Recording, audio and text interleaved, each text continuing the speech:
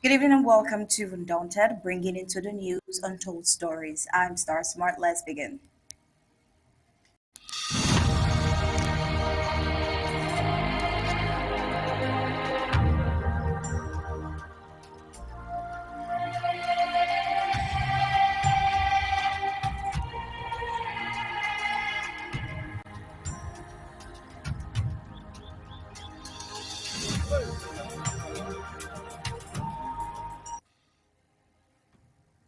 Well, the volatile situation in Ambazonia, where escalating tensions, particularly ahead of elections, have been seen and have led to increased militarization and human rights abuses by colonial forces. Instances of arbitrary arrests and forced marchings by colonial military personnel underscores the deteriorating security environment. Well, in response, the ANC has initiated a lockdown to counteract the tactics employed by the colonial government ahead of the elections. Over the weekend, Commander Willie announced strategic measures, including road closures, to thwart destabilizing activities of La Republique.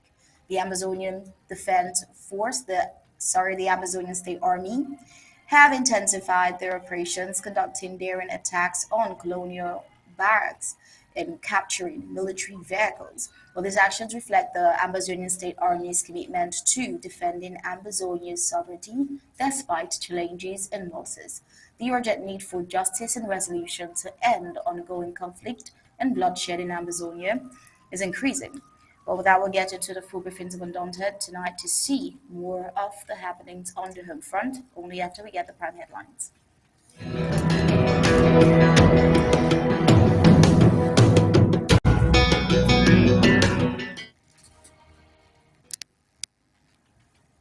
Here are the prime headlines for tonight. A member of the colonial base throws frustration on innocent Ambazonians in Victoria with a loaded M21 rifle, wounding two and killing another.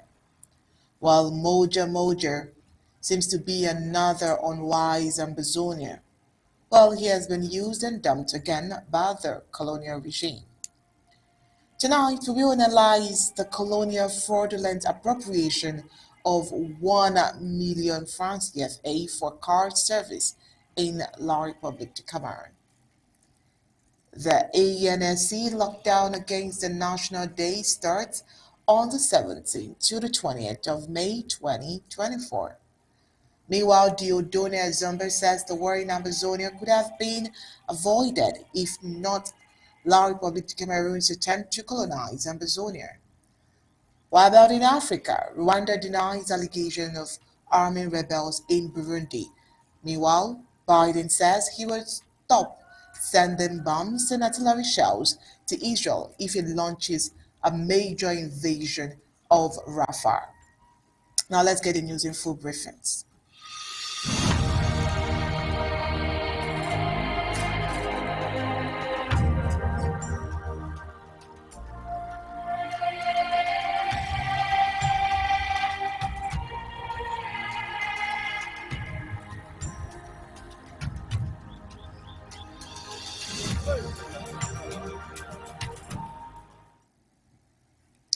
With the upcoming national lockdown in anticipation of the fraudulent 20th of May celebration, it's vital to stress the importance for Amazonians and residents across their national territory to remain alert and prepared to stay indoors while in advance. This is in a bid to safeguard Amazonians against the occupational forces of La Republic de Cameroon. These forces are forcefully compelling Amazonians to participate in a celebration that has been boycotted by Amazonians.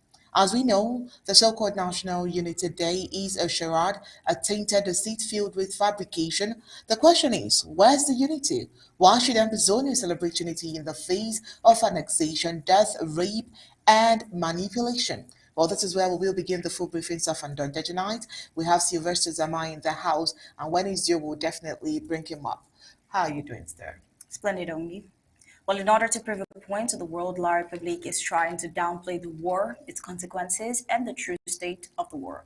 La République has been seen involved in forcing the people to engage in its activities dating back to February and March during the so called Youth and Women's Day. We have seen Amazonians coerced and deceived, manipulated to march. A typical example is an SOS we got from the home front, who said, in her words, that they are really in trouble, as on the 1st of May 2024, the military were everywhere getting people, abducting people, even farmers on their way to the farm, and compelling them to go to the field to march. Or the victim also goes on to say that any person who was caught was taken to the field and they stayed there from 6 a.m. until 2 p.m. And that is why they consider themselves in deep trouble. Well, that particular incident is coming from Ngoken Tujer, and so this clearly justifies what we have been saying. Why should the people be forced to march? Why force the people to celebrate when there is nothing to celebrate?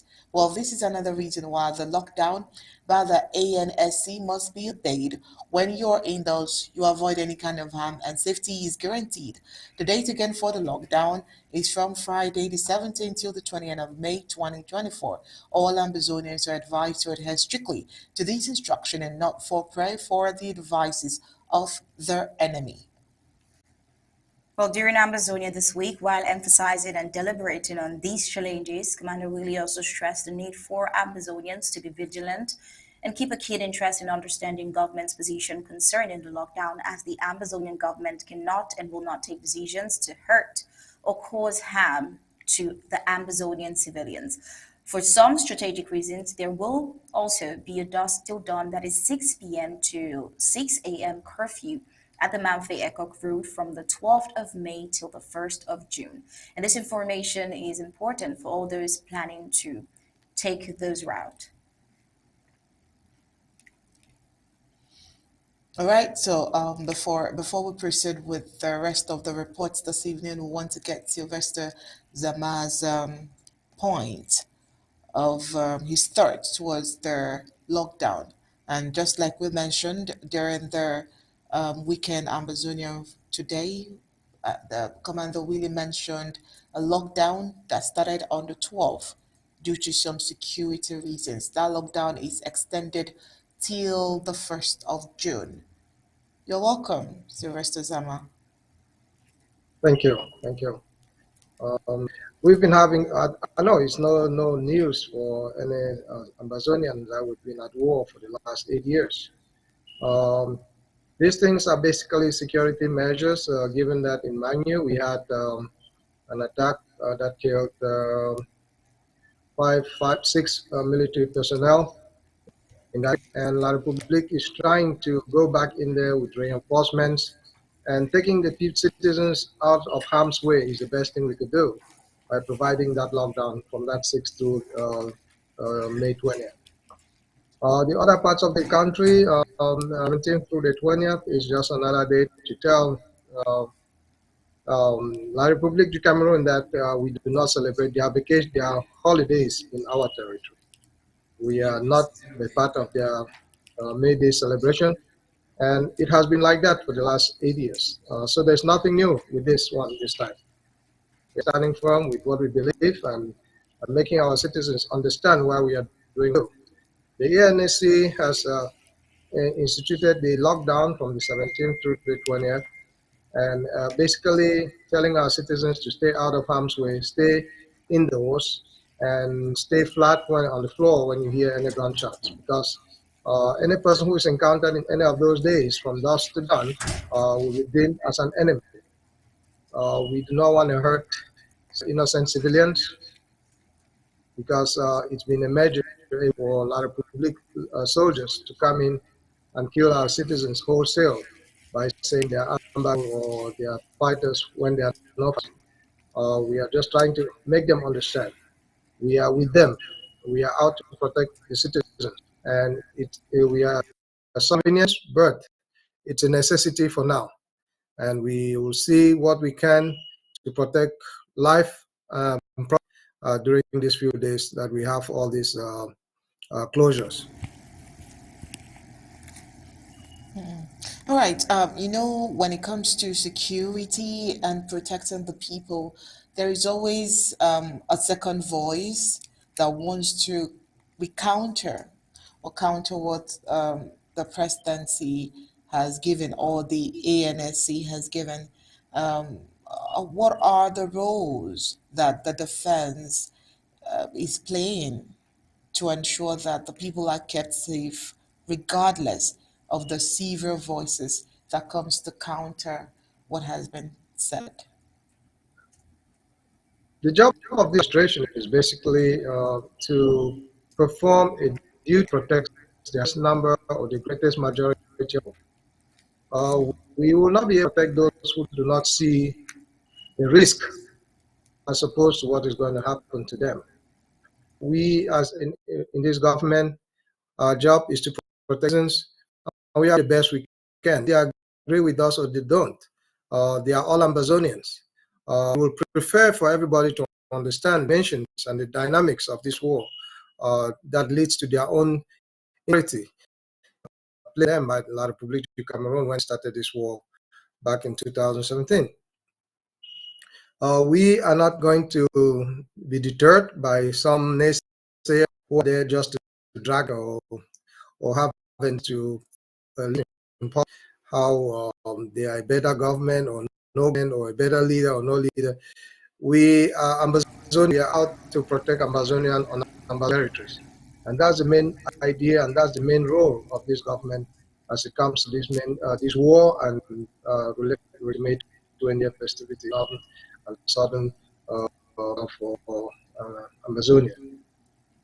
All right. So, coming from the um, reports, we did mention that due to some security and strategic reasons, Commander Willie did say that there would be a lockdown in the Mount Fay Ekok Road that would start from the 12th. And 12th was 2 days ago. Do you think that that particular dusk to dawn curfew has been respected? Oh, we are working on it.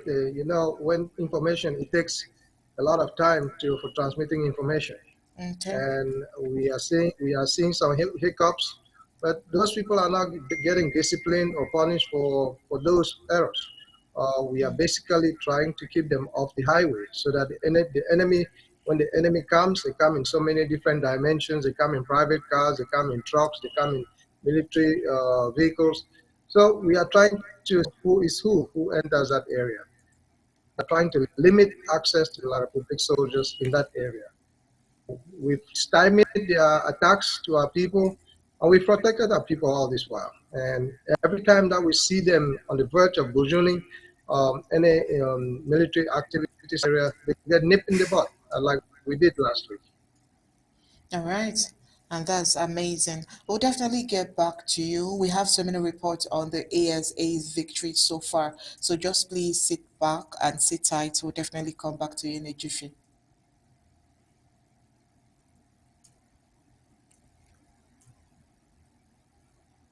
Well, last week we reported that the salary of 200 teachers suspended in the northern zone of Ambazonia by the colonial government has not been restored. Well, imagine over 200 teachers having their salary suspended by the La Republic to Cameroon colonial government.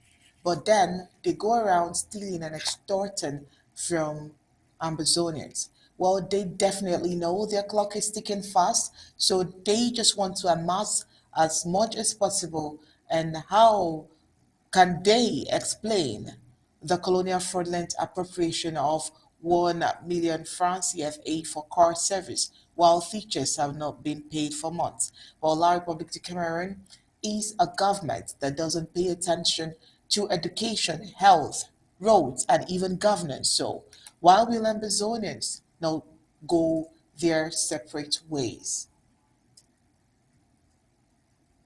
Well, we also wonder, why should Amazonians vote in a government that doesn't have a plan for people, a government that only thinks of looting for their generations unborn.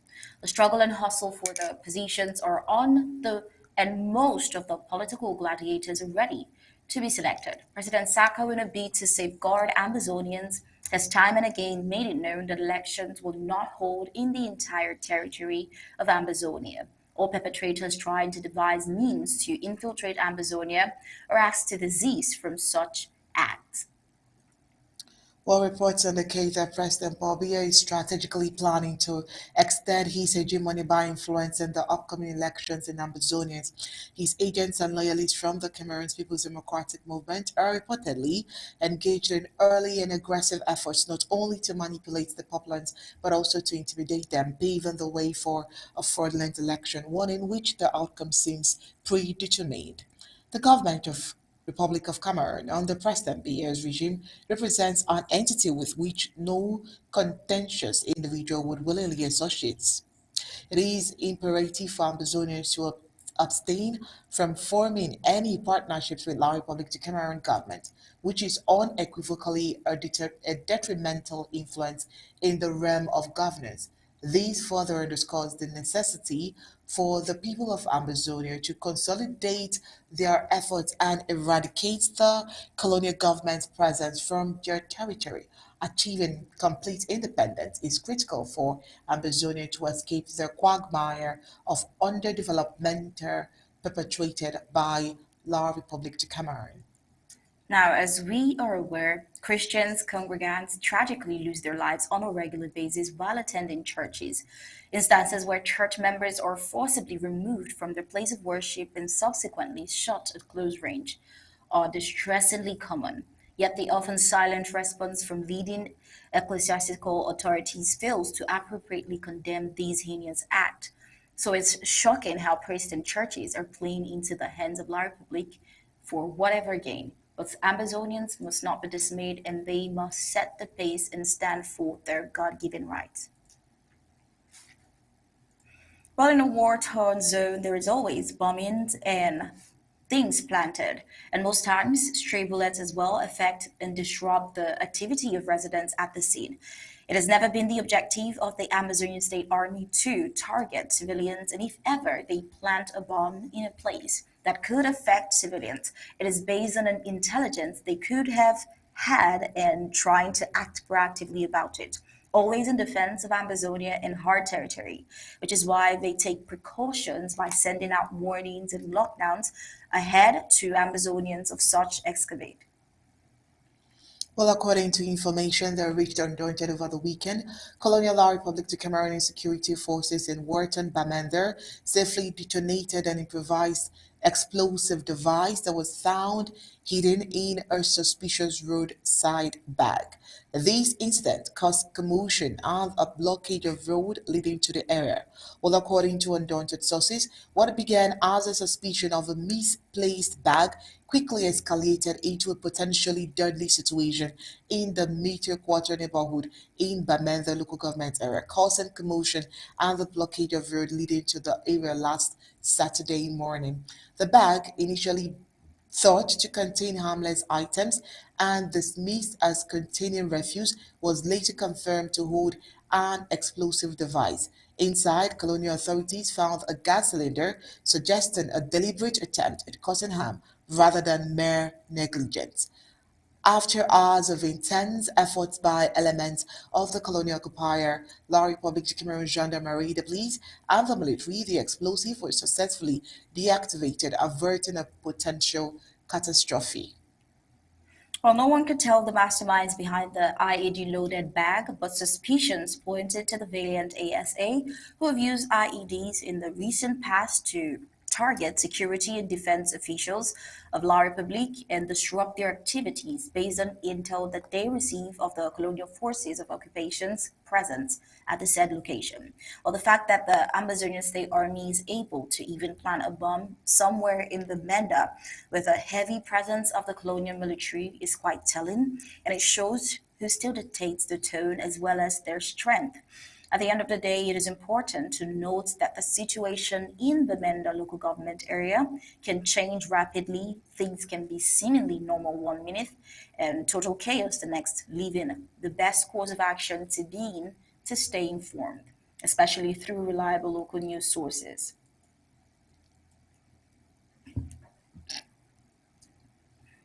Well, moving on, we have this report from the bees. Well, the war in Ambazonia is more than the colonial forces with the firepower of Ambazonia State Army. The colonial forces are having a tough time in the hands of Ambazonia State Army. The colonial forces are becoming more and more frustrated. One colonial member of the bees force, frustrated with the reality of the war on the ground, has decided to pour his frustration on the innocent people of Ambazonia. While a member of the La République Cameroon Colonial Elite Force, a BIR Sergeant Sanda has wounded two and killed one person in a bar in Victoria. The colonial BIR element Sanda stormed the bar well armed to kill as many innocent Amazonians as possible, indiscriminately. In a one man show, this said Sanda, once in the bar, started spraying bullets sporadically in disorder. Two persons were wounded and one person reportedly dead. After being overpowered, the colonial BIR element gave a reason that he is frustrated with the killings of his colonial colleagues by the Amazonian State Army. Many more colonial forces in the course of time is set to do might do the same thing in the days ahead in Ambazonia if that is just his logic for wasting humans' life like that. But they should throw their frustration not at the innocent population of Ambazonia, but at the octogenarian, now nonagenarian dictator Paul Biya for sending them to Amazonia.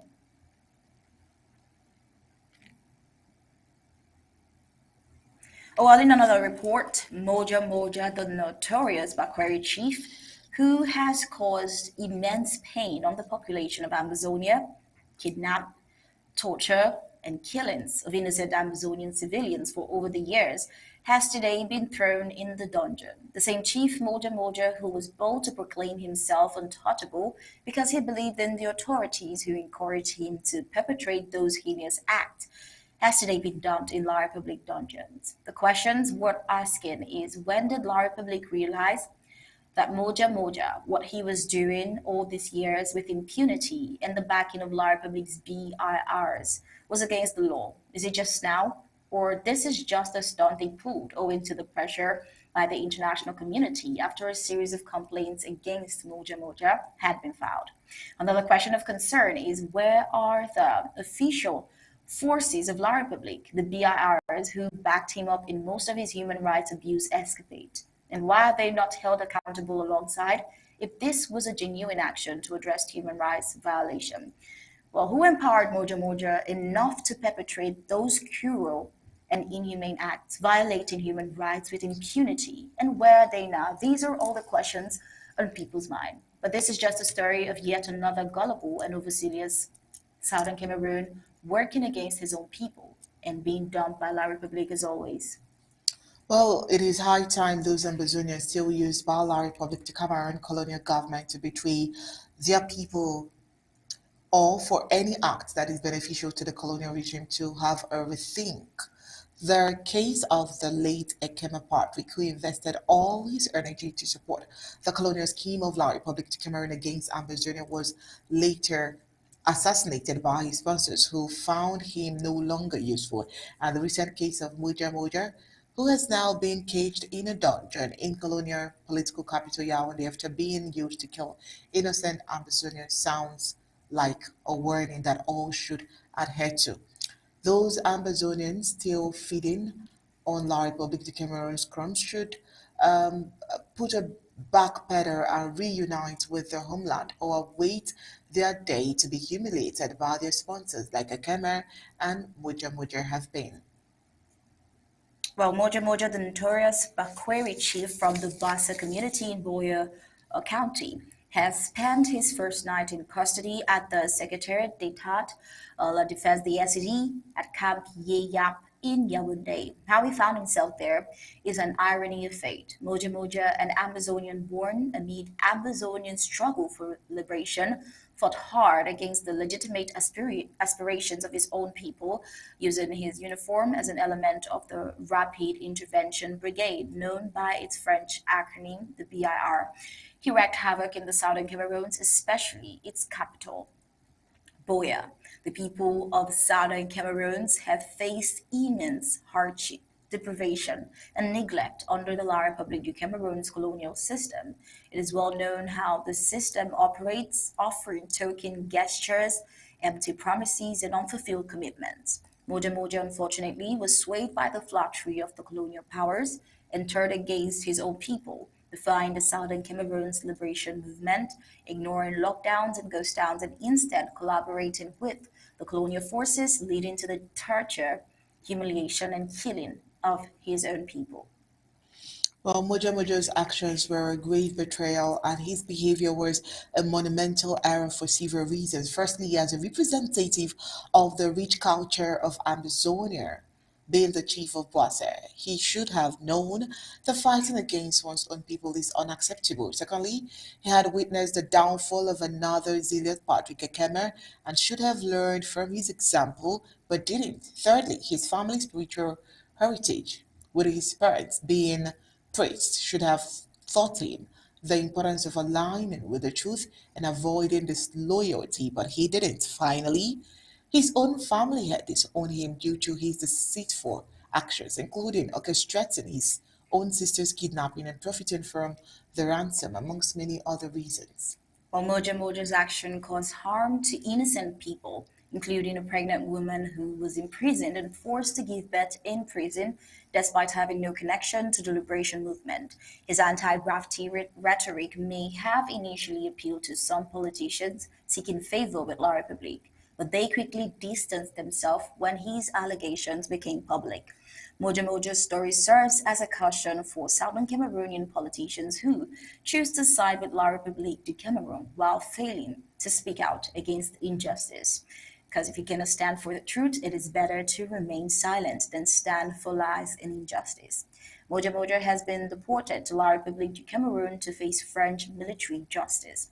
This measure taken by La République against Moja Moja can accurately be seen as a precaution measure to save its face and project an anti-terrorist state to the rest of the world, even though the rest of the Cameroons can attest differently to what they want to project. Well, this is a story of yet another gullible and overzealous southern Cameroonian working against his own people and being dumped by La Republic to Cameroon, as always. Moja Moja, with no second thought from those who empowered him, has been thrown under the bus in a bid for La Republic to Cameroon to save its face and pretend to uphold the law. The people of Ambazonia will eventually be free, and those who betrayed their trust will face the consequences. Well, one major question we are asking and also trying to investigate and find out tonight is La Republic de Cameroon sincerely punishing Moja Moja, or could this be a fake arrest? Well, we'll definitely do more of this in our subsequent bulletin. Now, while still on the ASA, the firepower has been seen in the last week. According to a victim on the ground who feels far from safe, on the 1st of May 2024, the colonial military were everywhere, arbitrarily arresting, or you could say, rightfully put it, abducting people, including farmers who were going to their farms at about 6 a.m. and compelling them to go to the field to march. And those who were captured by these colonial military were taken to the field, forced to stay there until the SDO came only at 2 p.m. This just reveals La Republique's desperation, especially during this time of election, around the election period. They seem to be using the tactics that they used in February 11th to organize a march past ahead of the elections, which is why the lockdowns has been initiated by the ANC with a great deal of gusto to avert such. As you heard Commander Willie say on Saturday, from the 12th until the 12th of this month until June, from 6 p.m. to 6 a.m., due to intelligence obtained that they will be locking the Bamenda Ekop to Nigeria Road to frustrate all the desperate attempts by La Republique ahead of the elections. From all the government of Ambazonia have said, disobeying the lockdown, regardless of La Republique's intimidation, poses a risk to whoever does. At this critical time, the ASA have been more present and active than ever. As we're approaching the lockdown, the situation is getting more serious than even we thought. The escalating momentum of the ASA on the home front across the entire Amazonian territory has been seen in the last week.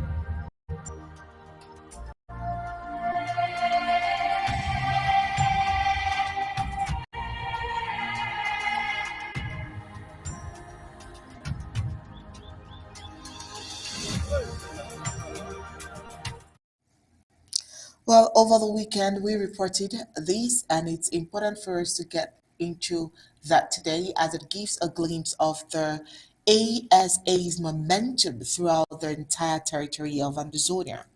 On the 8th of May 2024, a daring operation led by self-styled FM Lucifer and his squad, including General Solo, and a whole lot of them together. La Republic de Cameroon's colonial bar, Bomana village, Meme County, Ambazonia. The ambush, meticulously planned by the ASA, resulted in the integration of the barracks, sending a clear message to the occupational forces. The colonial forces stationed in Bomana took to their heels as soon as the ASA launched their attack. The assailants spared no effort in ensuring that the colonial forces felt the full force of their resistance, leaving nothing unscorched in Bomana village. This calculated act of defiance serves as a stark reminder that the ASA will not tolerate the presence of occupational forces on the Amazonian soil. Reports indicate a similar act of resistance folding across the entire territory of Ambazonia, with the ASA actively engaging in strategic maneuvers to defend Ambazonian sovereignty. In another bold display of resistance, the Ambazonian State Army in Ndop, Ngokentuja County, southern Cameroon, captured a van belonging to the colonial gendarmerie. The incident, which occurred on Monday, May 7th, attention to the fierce determination of the Ambazonian fighters in the struggle for liberation. Well, the captured van, as depicted in a viral video, serves as tangible evidence of the Ambazonian State Army's effective tactics in confronting the occupying forces, the forces of occupation. In the video, General Colombo, a prominent figure within the ASA, boldly claims that responsibility for the capture, asserting the authority of the Amazonian State Army over the homeland, Ambazonia. The Amazonian State Army remains resolute and determined more than ever before to fight for the total freedom of Ambazonia, despite the odds brought to bear on them by blacklegs and sellouts being employed by the annexationist Yaoundé government, and even despite the death of FM Sagon and ASA, are still bringing the firepower to the battleground. All we can hope for is justice for Ambazonia and an end to the senseless war and bloodshed. Meanwhile, before we give you the very last report from the home front, we have of course SOS for Defense, Sylvester Zama here in the house, and we have a whole lot of reports on defense here that I'm sure that he wants to join his thoughts on and give Ambazonians some thoughtful message. Meanwhile, let's start with all of the ASA's victory. Or would you want to start with Moja Moja? Uh, well, SOS I Zama. will give Moja Moja. I will not give Moja Moja the glory. Start with him first. The ASA have been very in their action against the enemy, and the enemy is on the run, and they Okay. are always on their heels when our soldiers are in the field, or they in like thieves in the night and sneak out, and when they don't see just to kill, they kill. We are on them, and we have surveillance on every corner of Amazonia. We are asking for those patients, of those citizens who think they want to information to the enemy to kill our soldiers to be very wary, because the enemy does not like a traitor. The traitor will not have anywhere to go, because we will not need them in. The enemy will not need them in their community. They will be stranded. So that's one thing they should understand, that this fight is children, and if the children are children and great grandchildren. We've lived, and our parents have lived under this tyranny many years. We are the citizens who are willing to fight and give a place of rest to those who've gone before us and to those who are to come. Um, Moja Moja, the so-called Moja Moja, the chief of Buasa village, who's abandoned his people. He's not a chief, he's a thug, because he's just soiled um, his own roadness in the dust and the mud, because he took the side of the enemy. He took the side of the oppressor of his people. The fact that he partook into a mutiny, and he felt the people will keep him safe, he exposed himself to other legal ramifications that he's not even thought of.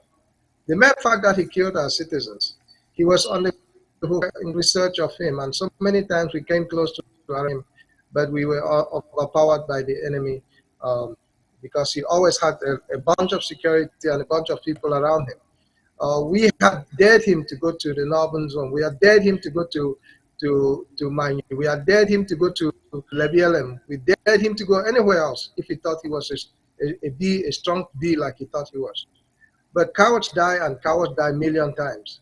He will die a death of a proportionality to the crimes he's committed against the citizens of Ambazonia. The students that he killed in cold blood, it's a shame that the Republic of Cameroon is making up its mind today to arrest him, not for the crimes that he committed, but for suspicion of a mutiny that is alleging to have been co-opted to take part in. Moja Moja has been a loose cannon for a long time, and I hope even the case that was brought against him in the military tribunal, La Republique never really punishes anybody who kills an Ambazonian. It's a gift for them to kill an Ambazonian. It's a badge of honor. So I don't see him being punished per se for killing Ambazonian and for being an errant soldier who's been out there as canon, a one-man soldier, a Rambo, rampaging amongst our people. He's gonna go in there and face the dance that all the other been dancing. He's called people's names, he's called names. He'll be forced to give those names up. And of course, when you buy the head of a viper, be prepared to be killed. Mm. But are you saying, because your words are not very clear at this point, are you saying that there's a possibility that he was arrested for probably something else he did against La Republique du Cameroon, not necessarily because he's been killing his people? I don't think they arrested him because he's been killing citizens. He's done that one too many times to have been walking the streets of Boya free. Um, we see even people who stole a chicken, they got lynched. They went to jail for many years. He's killed students. He's killed future leaders of that country. And for God's sake, he's walking. And he's walking. He's not hiding in some bushes like some other people are.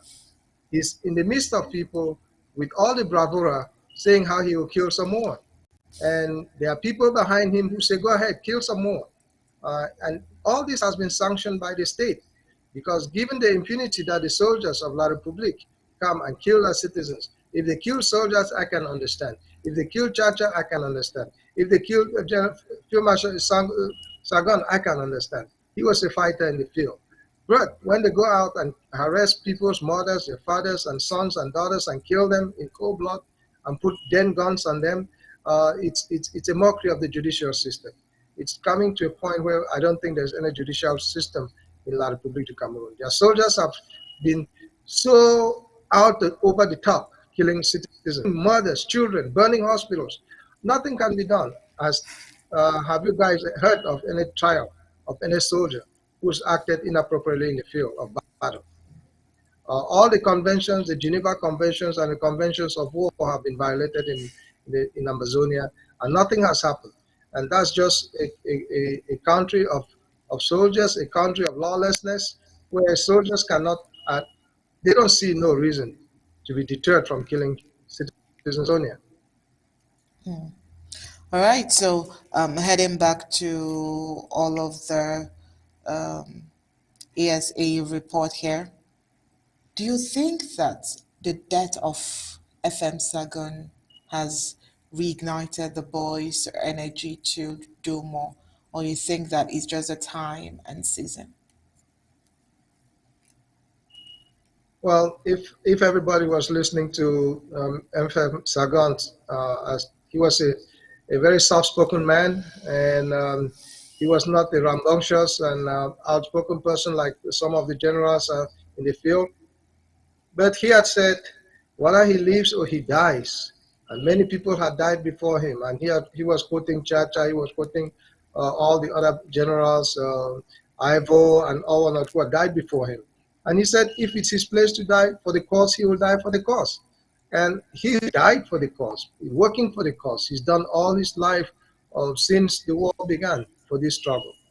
Um, the citizens of Ngoketunja have lost a great person. The citizens of Ambazonia have lost a great soldier.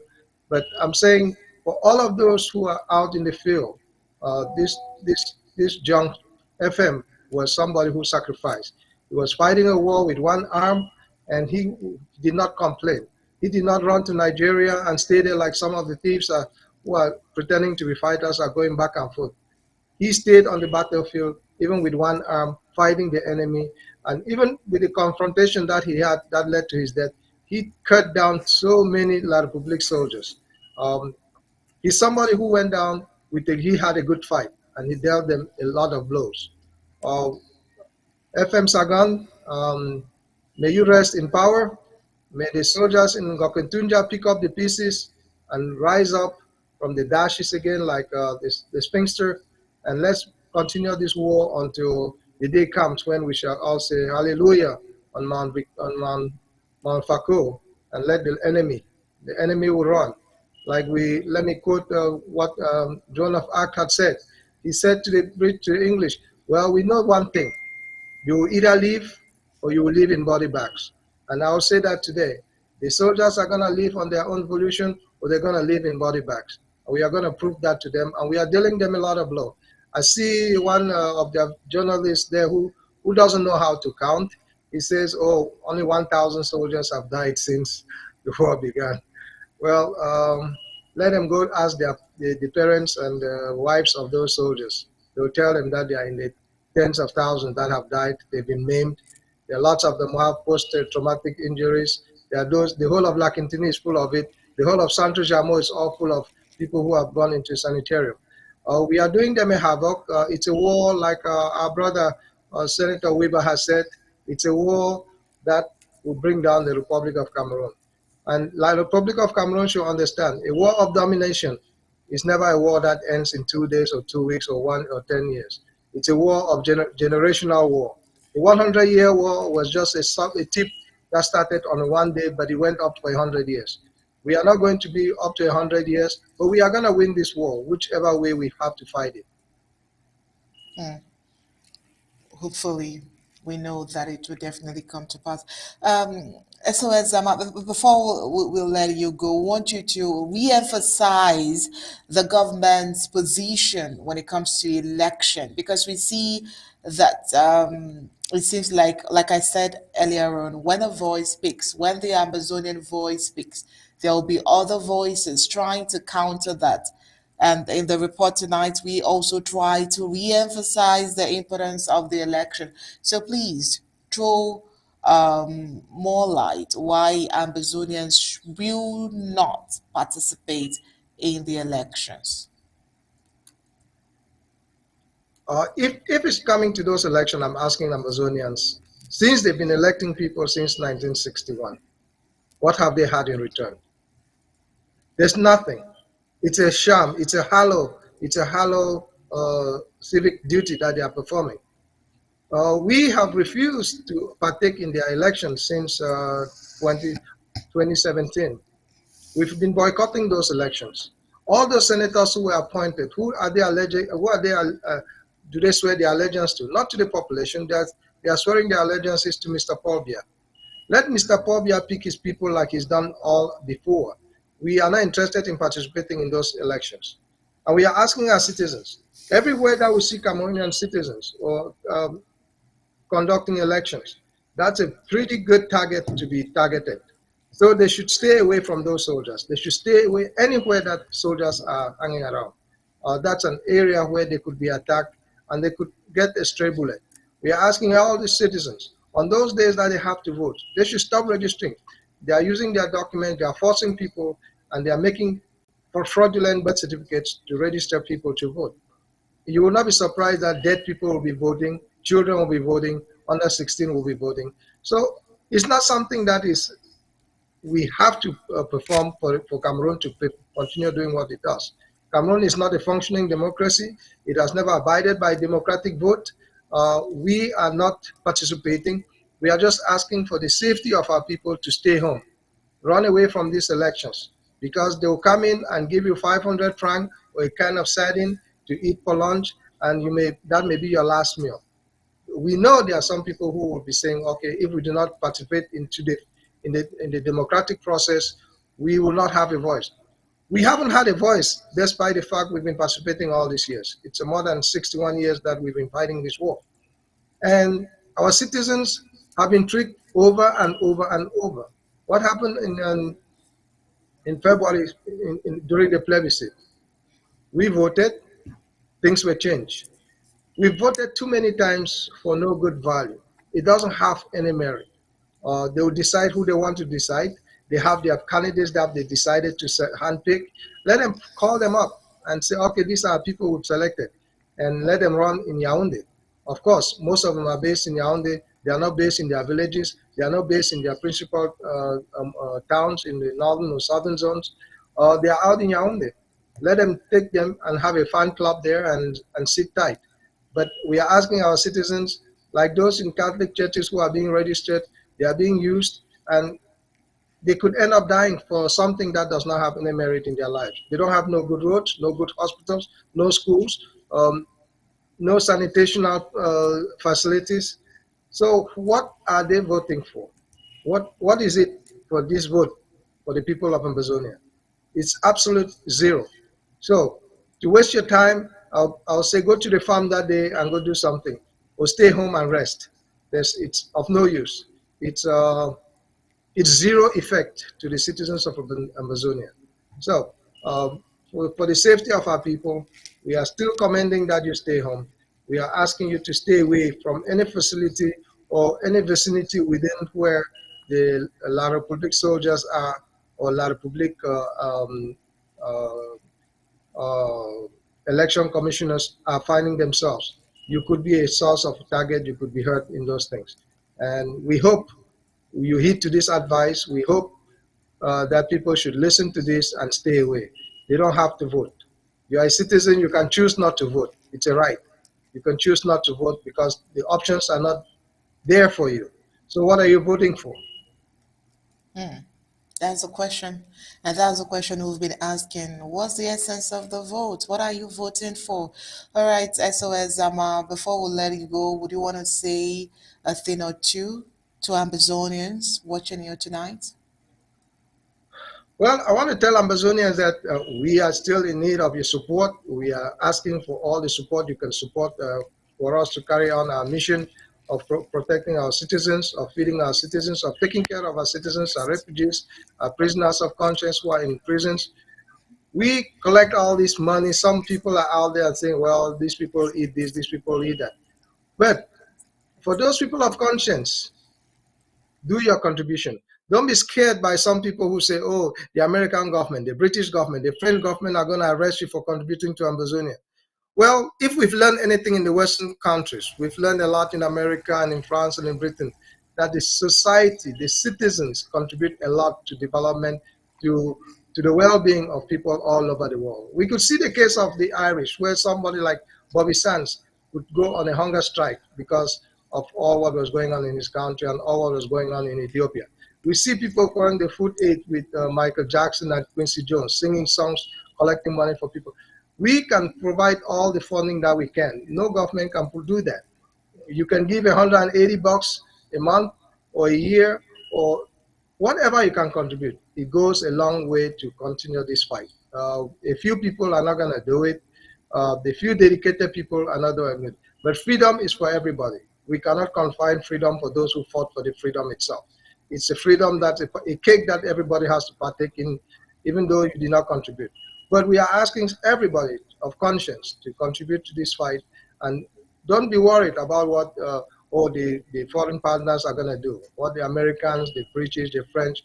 Every person contributes to what where their locality is. You are contributing because your parents are still back home. You are contributing because you have children back home. You have cousins, you have families, you have friends.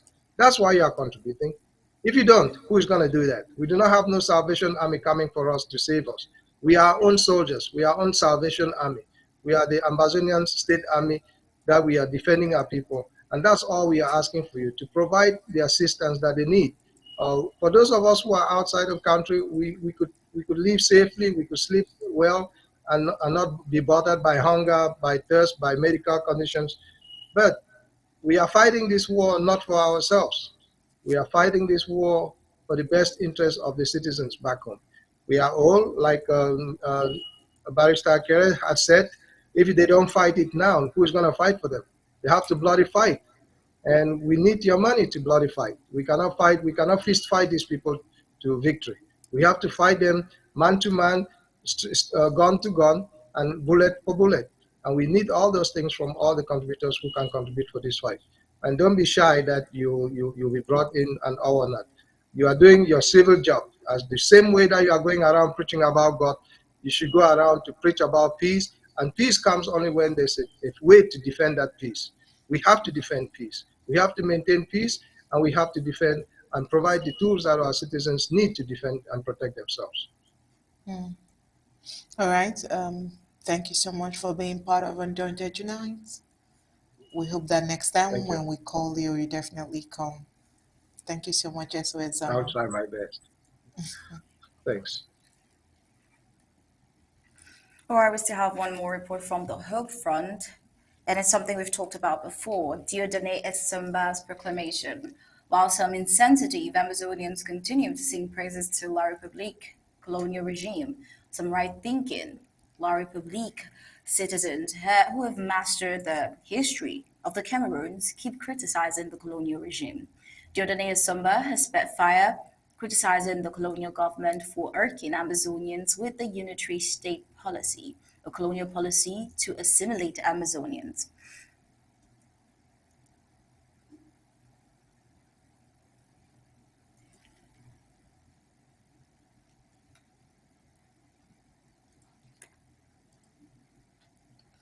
While Diodone Zumber can be tagged to be one of the most sincere elite of the Francophone descent who has made his stand clear.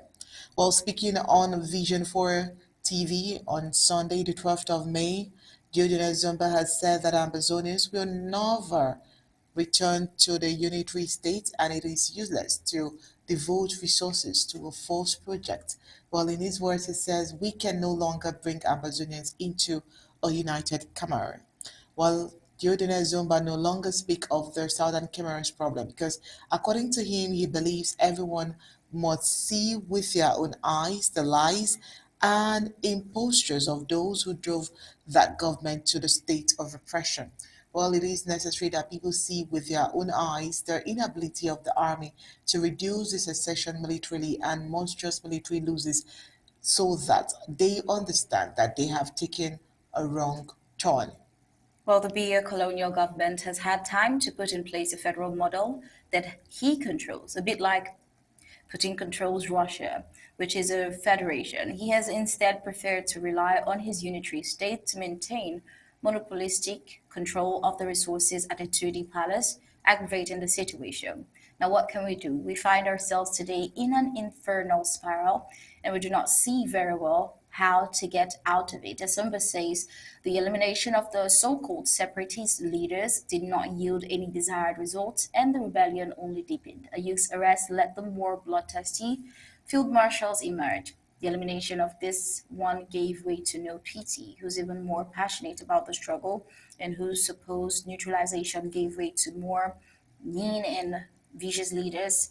It's a real barrel of donates that will exhaust to the bone, according to Donier Somba. In 1961, Ahidjo suppressed the state to achieve the so-called national unity. It was a big mistake. That's not what he had to be done. It was rather necessary to widen the federation, to drown the Ambazonia specificity in a generalized federation. Well, according to it says each speaking English speaking federated state having its own autonomy was longer run at the risk of a generalized demand for autonomy from its entire community, which wasn't going to make any political sense. Well, but by abolishing the federal state, Ahidjo rather froze the Anglophone problem, and it was bound to appear sooner or later, just like we have it now.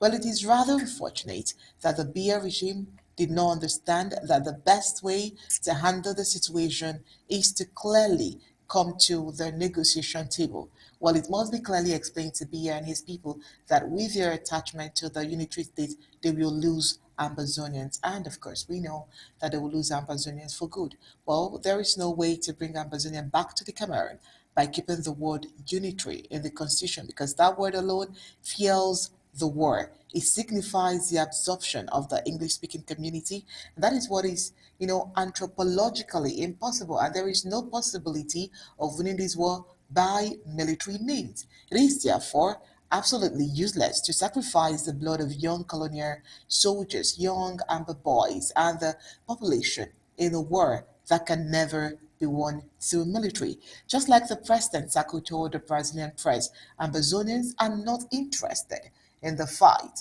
but for peace and peace talks only on the negotiation table and reconciliation table as well. That is all Ambazonians are interested in at this point. Coming up next is African Report.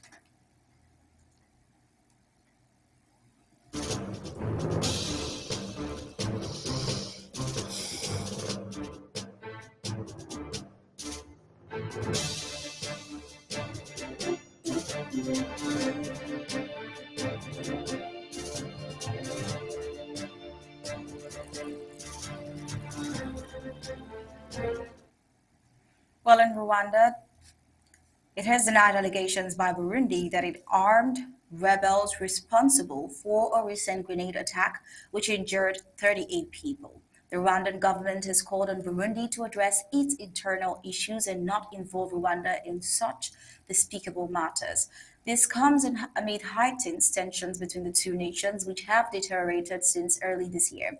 Burundi accuses Rwanda of funding and training the Red Tabara rebel group, which oppose the Burundi government. However, Rwanda denies these claims, and the Red Taraba group has been linked to several attacks in Burundi since 2015 and is considered a terrorist movement by Burundian authorities. The situation has resulted in a tense standoff between the two countries, with Rwanda accusing Burundi of closing their shared border in January.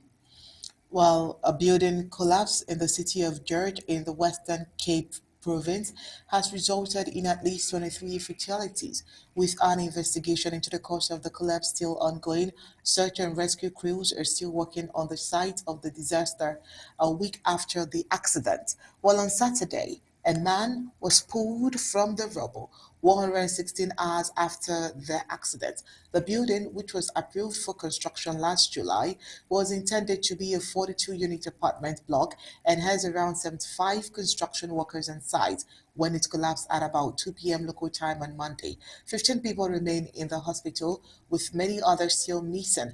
There have been allegations that most of the crews were foreign nationals, although the government has not confirmed these and has stated that it will contract and contact their diplomatic missions of Zimbabwe, Malawi, and Mozambique. Frequent mine collapse in South Africa are a persistent problem. Illegal mining activities can lead to unsafe conditions and accidents. Poor safety standards and a lack of regulation enforcement in the mining industry also contributes to the issue. Inadequate maintenance and inspection of mines can lead to structural weakness and collapse. Geological factors such as unstable rock formations and gas buildup also play a role. The country's public works minister was due to visit the accident scene on Monday, local media reported. While tensions rise as Niger and Benin fail to resolve border dispute. A dispute over border and oil exports has intensified tensions between Niger and Benin. Benin has blocked Niger's access to its port, preventing the export of crude oil, while Niger's prime minister says violates trade agreement. Niger has refused to fully reopen its border with Benin, citing security concerns. Benin has demanded that Niger reopen the border and normalize relations before it lifts the blockade. This standoff threatens a $400 million deal for Niger to export crude oil to China via a pipeline through Benin. Relations between the two nations have been strained since a military coup in Niger last year led to sanctions and border closures. While some restrictions were eased in February, the dispute remains unresolved. Meanwhile, Egypt has officially joined South Africa's lawsuit against Israel at the International Court of Justice, accusing Israel of violating its obligations under the Genocide Convention during its conflict with the Gaza Strip. Egypt's decision to join the case comes in response to escalating Israelis' aggression against Palestinian civilians. Alongside Turkey and Colombia, Egypt will request to join South Africa's case against Israel, which alleges that Israel has committed genocide acts in Gaza. In January, the ICJ issued an interim ruling finding a plausible risks of genocide in Gaza and ordering Israel to take provisional measures to prevent further genocide acts. The court's final ruling on the genocide case is expected to take several years. Israel has denied the allegations, claiming it acts in accordance with international law in Gaza and dismissing South Africa's case as baseless. Well, Egypt's decision to join the lawsuit against Israel marks a significant development in the international community's effort to hold Israel accountable for its actions in Gaza. The ICJ's interim ruling and the growing support for the case from countries like Egypt, Turkey, and Colombia demonstrates a growing recognition of the need to protect Palestinian civilians from Israeli aggression as the ICJ continues to deliberate on the case. The international community will be watching closely to see if justice will be served for the people of Gaza. Well, coming up next is the rest of the news across the globe.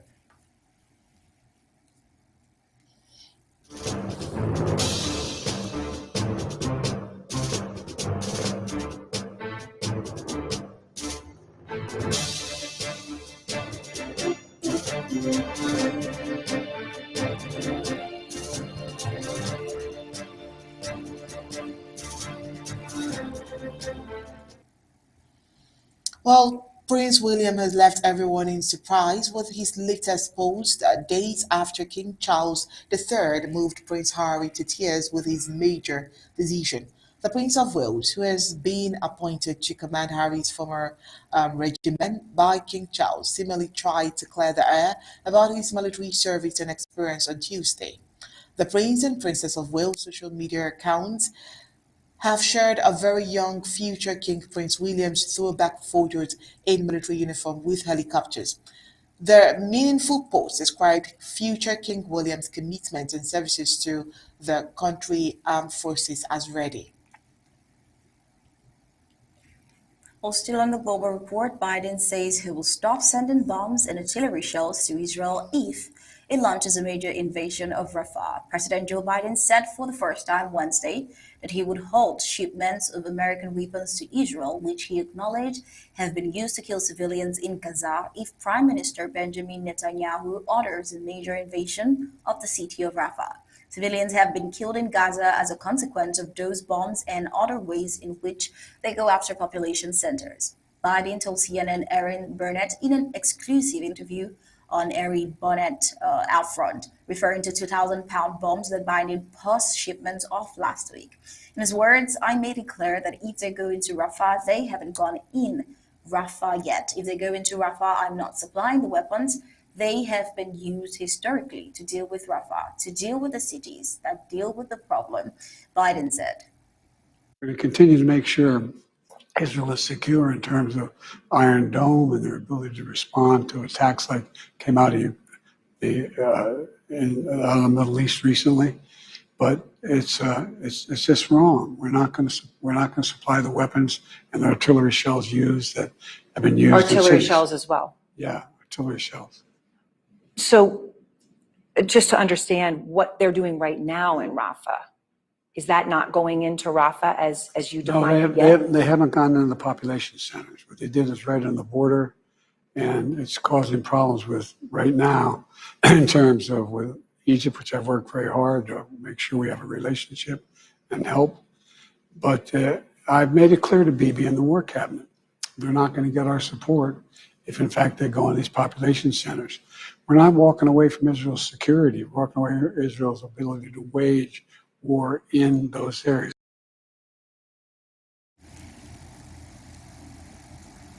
Well, the president's announcement that was prepared to condition American weaponry on Israel's actions amounts to a turning point in the 7-month conflict between Israel and Hamas, and his acknowledgement that American bombs had been used to kill civilians in Gaza was a stark recognition of the United States' role in the war.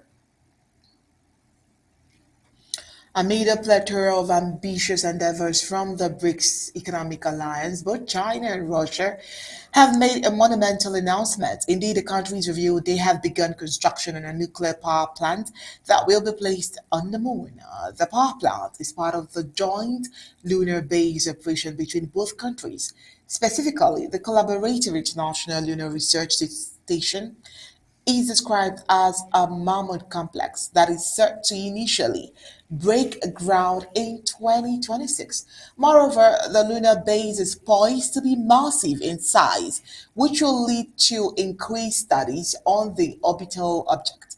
Throughout the last year, the BRICS bloc has not been shy about its ambitious initiatives. They have embraced expansion, which has seen the bloc double in size. Moreover, they have sought to exchange Western economic dominance that has been the focus of these robust de-dollarization practices.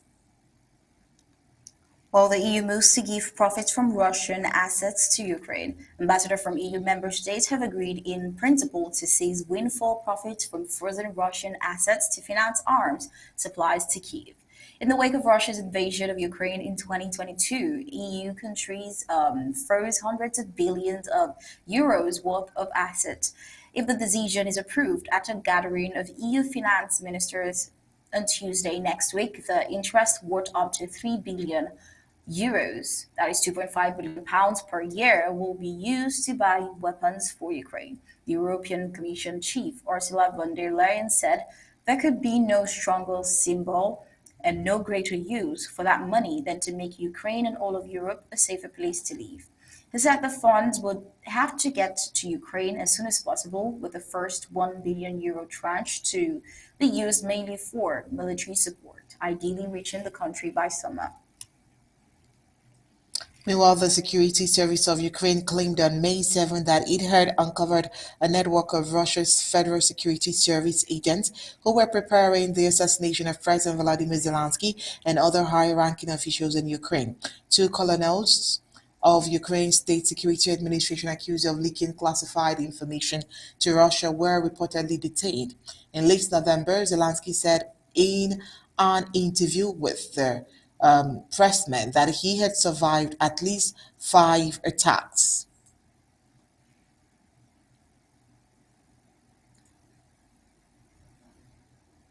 Well, with this foreign report, we've come to the end of Undaunted tonight. Let's get into the major highlights.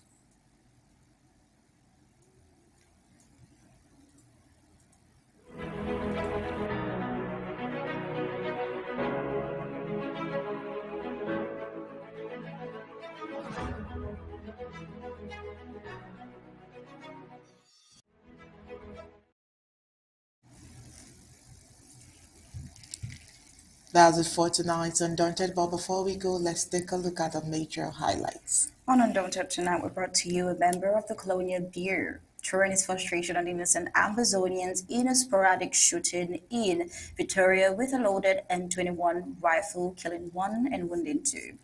Moja Moja, another unwise Ambazonian who was used and dumped by La Republique, gets to meet jail time. Analysis of colonial fraudulent appropriation of 100 million francs CFAs as well. Well, tonight on Undaunted, we analyze again the ANC's lockdown against National Day as it starts on the 17th to the 20th of May 2024.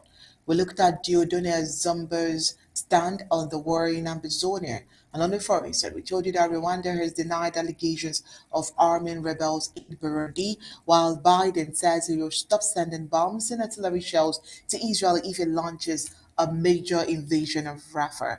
Now that's it for tonight, Undaunted. Bringing to the news on George Stories on behalf of Smart and the entire Undaunted crew, we say thank you for tuning in. We'll leave you with ABC Amber TV Images. Good night and God bless you.